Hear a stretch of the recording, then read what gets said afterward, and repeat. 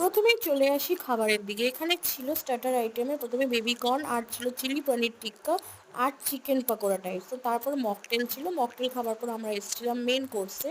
এখানে ছিল salad section, প্রচুর বিভিন্ন রকমের ভ্যারাইটিস স্যালাড এখানে ছিল। তো হোয়াইট পাস্তা, আলু কাবলি, তারপর পনির স্যালাড, কিউকাম্বার, অনিয়ন, এদিকে ছিল chicken salad, egg salad, custard ছিল, ফ্রুট কাস্টার্ড, এবং কর্ন স্যালাডও ছিল। তো তারপর চলে গেছিলাম আমরা মেন কোর্সের দিকে। এখানে ছিল পরোটা, মানে কিমা পরোটা, কিমা মাটন, দুটোই দুর্ধর্ষ খেতে হয়েছিল। Fish fry, Afghani pulao. আফগানি পোলাওটাও দারুণ টেস্ট হয়েছিল, গরম গরম খুবই ভালো লাগছিল। তো তারপর ছিল দই কাতলা, মাটন।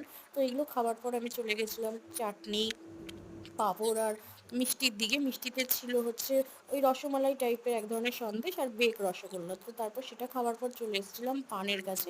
পান খাবার পর চলে গেছিলাম কুলফির সাইডে। তো কুলফি ওই ফালুদা দিয়ে সিরাপ